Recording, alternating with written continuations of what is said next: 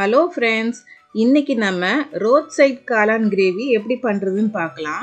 இது ரொம்ப டேஸ்டியாக இருக்கும், செய்யறது ரொம்ப ஈஸி. இது வந்து மட்டன் சுவையிலேயே டேஸ்டி ரொம்ப நல்லாயிருக்கும். இது வந்து கோயம்புத்தூரில் ரொம்ப ஃபேமஸ். வாங்க இது பண்ணுறதுக்கு இப்போ என்னென்ன பொருட்கள்லாம் தேவைன்றதை பார்த்துடலாம். இப்போ பாருங்கள், ஸ்க்ரீனில் தெரிகிற இந்த பொருட்கள்லாம் நமக்கு தேவை. காளான் காய்கறிகளை எல்லாத்தையும் முதல்ல பொடியாக நல்லா வெட்டி வச்சுக்கோங்க. இது வந்து 2 ஸ்டெப்பாக பண்ண போகிறோம். ஒன்று காளானை பொரிச்சு எடுத்து, இன்னொன்று மசாலா தனியாக செஞ்சு அது கூட அந்த பொரிச்சு எடுத்த காளானை சேர்க்க போகிறோம். தேவையான பொருட்கள் எல்லாமே டிஸ்கிரிப்ஷன்லையும் கொடுத்துருக்கேன், பார்த்துக்கோங்க. முட்டைகோஸை நல்லா பொடியாக அதை மாதிரி வெட்டிக்கிட்டு அலசி எடுத்துக்கோங்க. காளானை அலசி எடுத்துட்டு அதுக்கு மாதிரி இது மாதிரி பொடியாக வெட்டிக்கோங்க. இப்போ தனியாக ஒரு பாத்திரத்தில் இந்த கோஸு காளான் எல்லாத்தையும் நம்ம சேர்த்துக்கலாம்.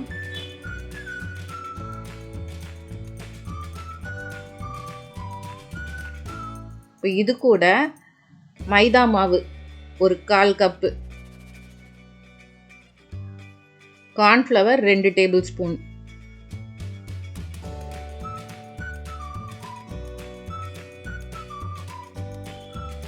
காஷ்மீரி மிளகாய் தூள் ஒரு 1 டீஸ்பூன், மஞ்சள் தூள் 1/2 டீஸ்பூன், மிளகாய் தூள் 1 டீஸ்பூன், மல்லித்தூள் 1 டீஸ்பூன், இஞ்சி பூண்டு பேஸ்ட் 1 டீஸ்பூன். இப்போ இதுலேயே உப்பையும் நம்ம சேர்த்துக்கலாம். ஒரு 1/4 டீஸ்பூன் அளவுக்கு நான் உப்பு சேர்த்துருக்கேன். தூள் உப்பு தான் இது.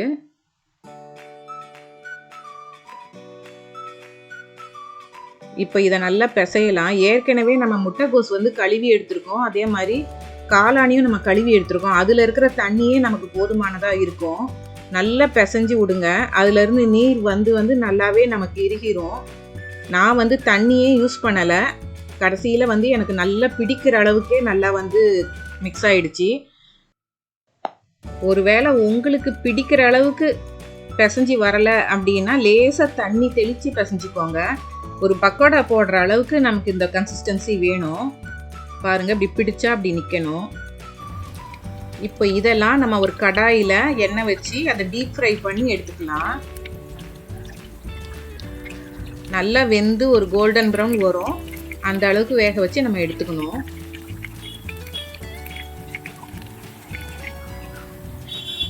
பாருங்க, இந்த மாதிரி நல்லா வேக வச்சு நம்ம எடுத்துக்கலாம். இப்போ இதை தனியாக அப்படியே சாப்பிட்றதுக்கும் ரொம்பவே நல்லாயிருக்கும்.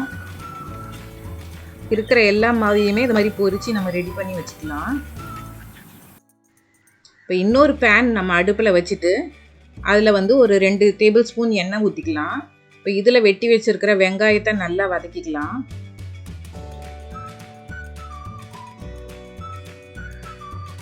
வெங்காயம் ஓரளவுக்கு வதங்கினதுக்கப்புறம் வெட்டி வச்சுருக்கிற கருவேப்பிலை பச்சை மிளகாவையும் நம்ம சேர்த்து வதக்கலாம்.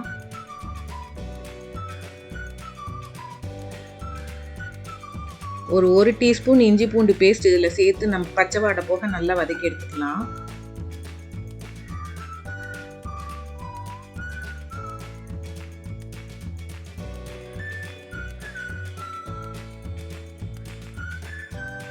இப்போ நல்லா வதங்கி வந்துடுச்சு. இப்போ இது கூட தக்காளி சேர்த்துக்கலாம். தக்காளி ஓரளவுக்கு வதங்கி வந்ததுக்கப்புறம் இதில் ஒரு 1/4 டீஸ்பூன் மஞ்சள் தூள், 1 டீஸ்பூன் காஷ்மீரி மிளகாய் தூள், 1 டீஸ்பூன் கரம் மசாலா எல்லாத்தையும் சேர்த்து நம்ம வதக்கலாம். உப்பும் கூட சேர்த்துக்கலாம். உப்பு பார்த்து சேர்த்துக்கோங்க. ஏற்கனவே நம்ம பொரிச்ச காளானில் உப்பு சேர்த்துருக்கோம், அதனால் இதில் ஒரு 1/4 டீஸ்பூன் மட்டும் சேர்த்துக்கோங்க. இப்போ இதில் மசாலா எல்லாம் பச்சை வாடை போக நல்லா வதங்கி வந்ததுக்கப்புறம் நம்ம பொரிச்சு வச்சுருக்கிற காளானை உள்ளே சேர்த்துக்க போகிறோம்.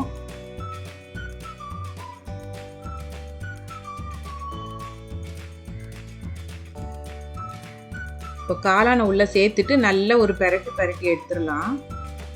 மசாலா எல்லா பக்கமும் சேர்கிற மாதிரி.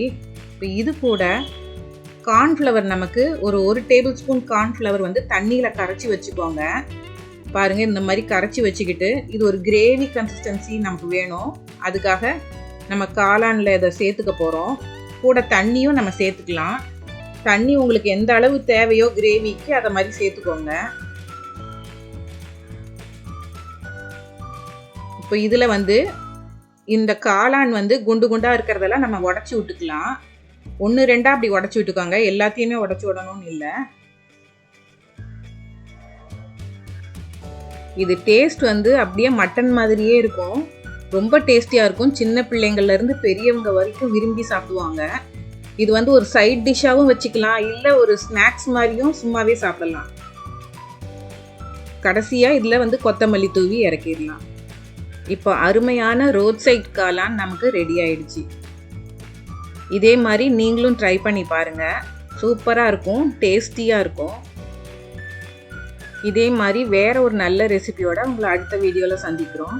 எங்கள் சேனலை லைக் பண்ணுங்கள், ஷேர் பண்ணுங்கள், சப்ஸ்கிரைப் பண்ணுங்கள். தேங்க்யூ.